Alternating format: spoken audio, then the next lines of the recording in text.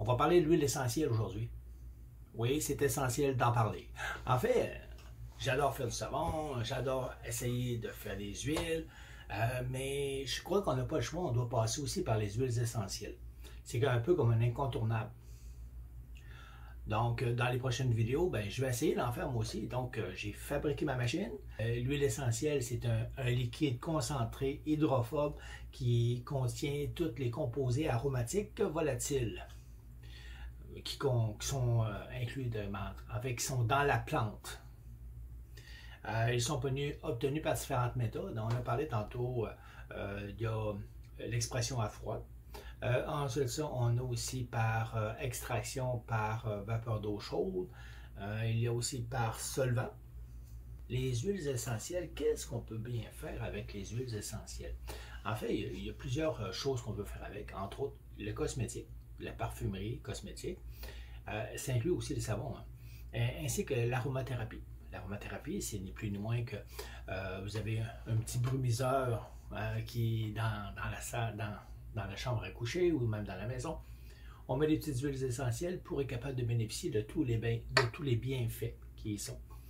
Dans les composés biochimiques qu'on y retrouve, ça va être genre toute la série des phénols, les tanins, les saponines, les coumarines, les alcoïdes, les terpènes, et il y en a vraiment beaucoup. Donc, on va parler un peu des procédés d'extraction. Je mentionne comme quoi c'est un survol qu'on fait, là. C'est juste une capsule. C'est un peu comme pour mettre la table de ce que c'est qui se fera dans les prochaines vidéos. Dans l'extraction, vous savez que l'extraction des huiles essentielles, c'est parce qu'il y a une clientèle pour chaque manière de le faire. Mais il faut aussi que ça soit, on pourrait dire, bénéfique. Hein. Alors, l'extraction par solvant, c'est beaucoup plus de façon commerciale. On utilise des solvants, autant comme l'hexane, le méthanol, tout ça. Ensuite, on a l'expression à froid. L'expression à froid, on ne peut pas l'utiliser pour toutes les huiles essentielles. Parce que l'expression à froid, c'est ni plus ni moins que c'est une presse, comme une presse à l'huile, la même affaire. Sauf que c'est seulement pour les agrumes. On met toutes les péricarpes, toutes les extérieurs de tous les agrumes, que ce soit les pamplemousses, que ce soit la mandarine, la clémentine, que ce soit l'orange, la bergamote, c'en est aussi. Tout ça, c'est extrait seulement de cette manière. On ne peut pas l'extraire avec, on pourrait dire en hydrodiffusion, distillation, ou même en extraction à la vapeur, parce que c'est là où est située les capsules d'huile essentielle, la seule manière pour les faire éclater et être capable de récupérer, pour avoir l'essence, il faut le faire à ce moment-là avec l'extraction à froid. Pour garder le maximum, bien entendu. C'est pas possible, mais on n'aura peut-être pas le meilleur et le maximum de la qualité. Ensuite, on a aussi la méthode la plus connue, la plus courante de toutes, c'est par distillation par la vapeur d'eau chaude. Ça, c'est la méthode que moi je vais utiliser. De cette manière, il y a aussi des variantes. Hein. Il y en a qui le mettent directement dans ils prennent toutes les plantes, que ce soit les fleurs, les tiges, que ce soit les écorces, toutes les composantes de la plante. Plusieurs les mettent directement dans un bain d'eau qui font bouillir, et de là, toutes les vapeurs, on va retrouver à ce moment-là les huiles essentielles. Cette méthode n'est pas nécessairement la meilleure parce qu'elle va endommager certaines composantes qui appartiennent aux huiles essentielles. C'est ça, elle va générer de l'hydrolyse. Bon. Tandis que si, admettons, c'est par vapeur d'eau chaude, et même de cette manière, il y a même deux manières différentes. Il y a celle où on fait bouillir de l'eau chaude et par un tuyau, comme sur les images que vous allez voir, là, où c'est que c'est seulement la chaleur qui va faire la vapeur d'eau chaude qui va passer à travers toutes les plantes, les composantes de la plante pour être capable d'avoir à la toute fin des vapeurs d'eau chaude qui ont justement fait éclater tous les composés aromatiques de toute la plante. Mais ça serait la meilleure. Mais il y a aussi, de par ce principe-là, il y a l'autre où on fait bouillir de l'eau dans le fond, un petit peu plus haut, on peut mettre toutes les plantes, du moins tout ce que c'est qu'on veut procéder à faire l'extraction de l'huile essentielle. Et bien entendu, tout le cheminement, le refroidissement pour être capable d'arriver à la toute fin avec de l'huile essentielle. Ça, c'est la méthode que je vais plus utiliser. Et bien entendu, il y a la toute dernière qui est avec l'extraction au solvant. Moi, je ne vais pas la traiter. C'est pas du tout bio, alors je n'y touche pas, mais c'est fait avec des solvants un peu plus chimiques. De l'hexane, du méthanol, tout ça. Ouais. Les deux produits que ça va donner, ben, on va avoir à ce moment-là l'huile essentielle qui va se tenir en haut à cause justement de sa densité, et tout le reste, ça va s'appeler de l'hydrolat. En fait, c'est qu'il compose, et il a une grande partie, il est chargé de matière aromatique qui appartient justement aux plantes qui ont été distillées. Donc, c'est sûr que lui, ce n'est pas une huile essentielle, c'est un eau. Aimeriez-vous savoir si c'est une huile ou non? Parce qu'en fait, on l'appelle l'huile essentielle. Mais est-ce que c'est vraiment une huile? À part de dire qu'elle flotte sur le dessus, à part de dire comme quoi qu'elle a certaines ressemblances, comme elle est hydrophobe, ensuite ça se dissout dans l'huile, tout comme l'huile se dissout dans l'huile. Donc ça, c'est quand même assez pareil. Par contre, la différence, c'est que elle est soluble lorsqu'elle passe à travers des vapeurs d'eau chaude. Donc, elle s'évapore. À la chaleur, elle s'évapore. Mais l'huile ne fait pas ça du tout, du tout, du tout. Constater quand même certaines similitudes avec les insaponifiables. J'aime beaucoup les insaponifiables parce que les bienfaits s'y retrouvent en grande quantité, mais elles n'aiment pas du tout la chaleur.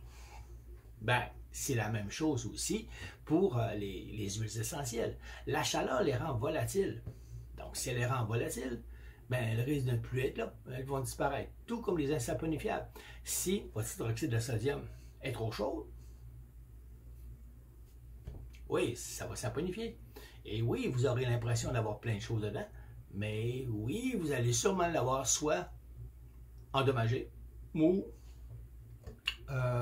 les particules volatiles sont parties. Donc, est-ce qu'il va avoir les mêmes quantités de bienfaits? Pas trop sûr. Là, vous allez regarder, j'ai un chiffrier que je fais défiler. Là. Dans le chiffrier, c'est une compilation de plusieurs huiles essentielles où c'est à l'intérieur, j'ai été ressortir tous les composés biochimiques qu'on a, mais ce sont les composés biochimiques qui sont plus de 4%, parce que il y en a toujours avec des 0.001, les apparemment. Moi, j'ai tout enlevé ça. Donc, c'est tout à partir de 4%, parce qu'en bas de ça, c'est pas très, très significatif.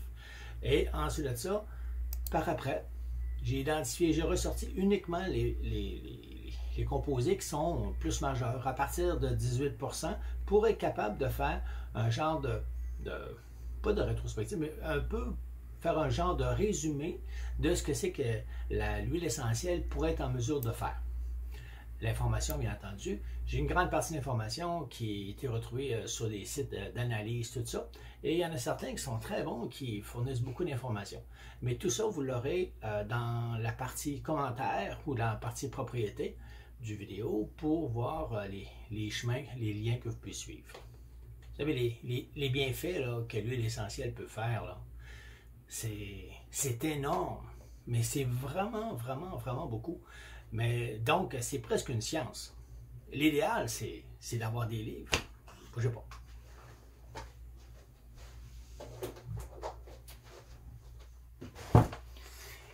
Hein? L'idéal, c'est d'avoir des livres. Regardez. On a des livres pour nous aider un peu dans toutes sortes de recherches. Regardez. Même les huiles essentielles pour les nuls. Les plantes médicinales. Il y a tellement de choses qui nous aident justement à être capable de se faire une idée, ou du moins de comprendre peut-être plus en détail c'est quoi que ça fait les huiles essentielles. L'huile essentielle, comme j'ai dit un peu tantôt, c'est quoi? Alors, c'est les fleurs, c'est l'écorce, c'est les racines, c'est les tiges et même les graines. Fait qu'en fait, tout dépendant de la plante ou même de l'arbre que vous voulez extraire de l'huile essentielle, bien, il y a des méthodes différentes. Alors, il s'agit de se renseigner, de voir quelle serait la bonne manière de le faire. Et c'est à vous après ça d'utiliser votre principe de distillation pour être capable de l'extraire, cette huile essentielle-là. Important, très, très, très important. On peut se fier à toutes les analyses qu'on retrouve sur Internet, mais toutes les analyses ne sont pas vos analyses. Les analyses qu'on retrouve, c'est d'à peu près partout, mais vous savez, chaque produit a son terroir, chaque produit a sa manière d'être fait. Et désolé, là, mais les analyses, c'est un peu comme une base. Alors, si vous vous fiez là-dessus pour être capable de dire c'est exactement ça, je ne peux pas garantir à 100%, c'est évident. Donc, la meilleure manière, il faut avoir un budget un petit peu plus élevé et puis être en mesure de, si vous voulez faire un commerce à ce niveau-là, c'est de les faire analyser pour vraiment connaître quelles sont, selon votre manière de le distiller, quelles sont les propriétés. C'est très important. Ben, j'ai constaté aussi que les huiles essentielles, au début, je trouvais ça facile. C'était huile essentielle, on choisit le parfum et c'est tout. Mais c'est beaucoup plus que ça. Hein. C'est très compliqué si on veut que ça soit à la perfection. Dès qu'on commence à regarder tous les composés biochimiques, c'est très mêlant. Fait qu'on n'a pas le choix. Il faut essayer de trouver un peu qu'est-ce qui est commun, ou à peu près, et ensuite aller focusser vers les particularités peut-être de l'huile essentielle qui va vous aider, vous aiguiller de la bonne manière. Par exemple, on peut dire que la majorité des huiles essentielles sont anti-inflammatoires, antivirales, antibactériennes. Ça, c'est presque commun à tous. Ensuite, le reste, c'est la spécificité. La spécificité, vous allez le voir quand vous allez regarder le fichier Excel.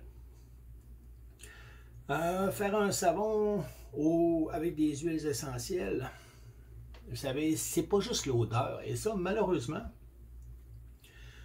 je le vis, là. Moi-même, des fois, quand je veux faire un savon, tout ça, on est porté à le sentir, à dire « Oh oui, j'adore l'odeur, c'est exactement ça que je veux. » Mais c'est parce que c'est beaucoup plus que ça. Hein. Il peut avoir une odeur très agréable, tout ça, mais il peut avoir aussi tous ses bienfaits. Ils ne sont peut-être pas du tout ceux que vous voulez. Vous mentionnez, il y a des choses quand même qui sont déconseillées hein, par les huiles essentielles pour la clientèle. Mais ce n'est pas tous. N'oubliez jamais ça. Ce n'est pas tous. Il y en a au contraire qui sont aidants, mais il y en a quand même plusieurs qui ont déconseillé pour certaines choses. Entre autres, regardez, c'est déconseillé parce que parfois c'est allergique. Mais il y a certaines huiles essentielles qui sont anti-allergènes. Ensuite de ça, les composés biochimiques, ils sont très puissants. Vous savez, c'est un concentré, là. Mais donc, pour les jeunes enfants, c'est aussi déconseillé. Les femmes enceintes, là, on peut pas. C'est déconseillé. Il y a beaucoup de sites qui vont vous en parler que c'est totalement déconseillé. De même, tous ceux qui allaitent, c'est déconseillé aussi en même temps. Puis ceux qui sont sensibles du cœur, des poumons. Donc, il faut se souvenir que c'est pas juste l'odeur. Hein? Ça sent. Moi, j'adore l'odeur de la citronnelle, j'adore ça. Mais si j'aime les moustiques, puis j'aime ça quand ils me piquent, ben, il ne faudra pas que je prenne la citronnelle parce que j'aime l'odeur. Parce que lui, justement, les repousse. Hein? Ça, c'est peut-être un peu facile. Moi, je me souviens, il me semble que j'ai déjà entendu parler d'une, comment on appelle ça, non, des artistes, non, c'était pas un artiste, je pense que c'était une célébrité qui avait déjà dit ça. Je crois, c'est soit Darth Vader ou Edith Piaf. C'est l'un de ces deux-là qui a déjà dit, savoir quelque chose nous incombe d'une responsabilité, celle de maintenant faire le bon choix. Plus j'y pense, non, je pense pas du tout que c'est un de ces deux-là. Mais ça devait être de quelqu'un, mais j'ai aucune idée. Donc, ce n'est pas Darth Vader, puis ce n'est pas non plus Edith Piaf. Vous savez, au début, quand j'ai commencé à faire des savons, ma perception de l'huile essentielle, que c'était fantastique. Et je me disais, tout le monde disait, l'huile essentielle, c'est important. Hein? On fait des beaux savons, les belles couleurs, tout ça, mais de l'huile essentielle. Bon. Pour ma part, je pensais que de l'huile essentielle, je pouvais aller à la pharmacie, je voyais un rack qui s'est marqué huile essentielle, alors je prends des belles petites odeurs, tout le kit, j'ai dit c'est top, ce sont des huiles essentielles, c'est 8$, puis wow, on met ça dans le savon et puis c'est réglé. Ouais. Mais c'est parce que maintenant, c'est pas du tout. Disons que maintenant, je ne suis plus du tout avec la même idée.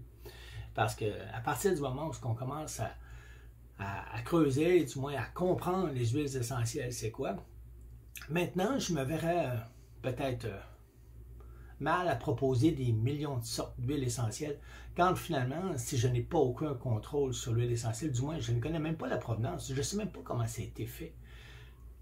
Je ne peux pas inscrire sur le savon comme quoi que j'ai de l'huile essentielle de telle chose. Ben, peut-être qu'il était extrait au solvant, peut-être qu'il était extrait en hydrosolution, que là, il y a trop d'hydrolyse, la qualité s'est endommagée un petit peu. Vous savez, il y a plusieurs choses que maintenant, là, je suis plus à l'aise ben ben. Alors, c'est de là ma question, je me dis, avec tout le travail que ça prend pour être capable d'avoir de l'huile essentielle, imaginez, c'est du 100 pour 1. 100 kilos donne 1 kilo. C'est... il faut le cueillir, ça. Il faut le cueillir, il faut le traiter. Il faut avoir l'équipement. Le kilo, il vaut cher, là. C'est pas donné là, pour avoir un moindrement de qualité. Alors, quand on dit 8$ pour un 10 millilitres, ben, je crois que, d'après moi, c'est pas fiable. Parce que ça coûte beaucoup plus cher que ça. Est-ce que... Moi, j'ai voulu faire un petit test parce que pour moi, de l'huile essentielle, ça porte le nom d'huile. L'huile, est-ce qu'ils ont un impact avec la saponification? Alors, je vais faire mon test. Le test, je vais le faire. Je vais mettre de l'hydroxyde de sodium. Je vais le mettre avec une proportion.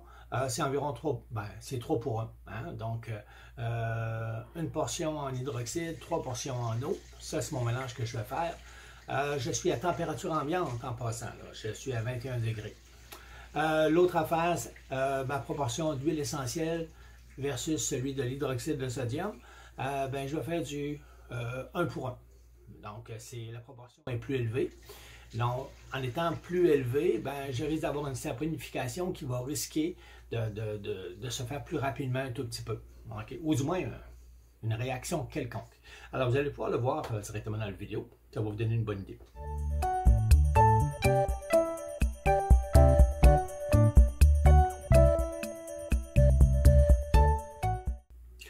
Là, maintenant, sachant tout ça, j'ai acheté un savon, d'ailleurs. Je peux quand même demeurer maintenant un petit peu plus perplexe. Comment c'était fait ce savon-là? C'est bien beau avoir un beau savon. Est-ce que vraiment on fait attention à tout ce que c'est qui s'appelle les insaponifiables? Est-ce qu'on fait attention à la chaleur? C'est un prérequis pour tout ce qui s'appelle tout ce qui s'appelle la biochimie qui est volatile. Hein? Les huiles essentielles sont fragiles, les insaponifiables sont fragiles. Mais le processus de chaleur, il ne faut pas en mettre. Il faut que ça soit le plus bas possible. Atteindre 50 degrés, théoriquement, ça sera mieux de se tenir même. Il faut vraiment être en bas de 60 pour au moins pas trop endommager. Et puis, est-ce que ça change beaucoup qu'on descende à 50 degrés ou à 40? Si ça peut juste garantir que les huiles essentielles ne partent pas en boucan, et puis si ça peut garantir que toutes les insaponifiables puissent rester intactes et non endommagées, c'est à vous de voir. Mais acheter un savon, il faut quand même y penser. Hein? Être capable d'acheter des huiles essentielles, il faut quand même y penser. Maintenant que vous savez, vous devez avoir un petit côté un petit peu plus alerte. N'achetez pas n'importe quoi. Si vous avez aimé la vidéo, partagez-la. Encouragez-moi là. J'aime toujours ça. J'ai beau faire ça pour mon plaisir, mais j'aime ça aussi quand le compteur des abonnés change. Hein? Alors, partagez-la, abonnez-vous, donnez la chance à d'autres de pouvoir le voir. Peut-être qu'il y en a d'autres qui vont trouver que c'est un sujet qui mérite d'être approfondi. Et si vous voulez l'approfondir, donnez-moi des nouvelles. J'aimerais bien ça. Et peut-être que vous allez être le prochain à me dire « Ah, on devrait essayer telle autre chose. Hein? » Peut-être, ça serait intéressant. Alors, je vais commencer des distillations dans les prochaines vidéos. On va voir c'est quoi ça va donner.